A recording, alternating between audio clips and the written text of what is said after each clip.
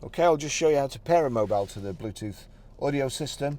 First of all, we make sure Bluetooth is on, and then we're watching out here at the bottom, but go to telephone.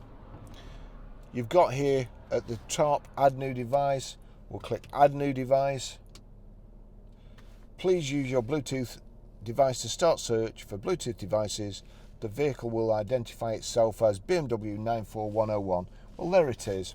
So we'll click on that. Now we have to put a passkey in. So the rotary controls come up again. I'll just put 000 in. Okay, so 4 noughts. You have to click OK as soon as you put the number in. So 4 noughts, click pair. Allow your contacts and favourites to sync. I won't be using the car again, so I won't allow, but you would. And it's connected.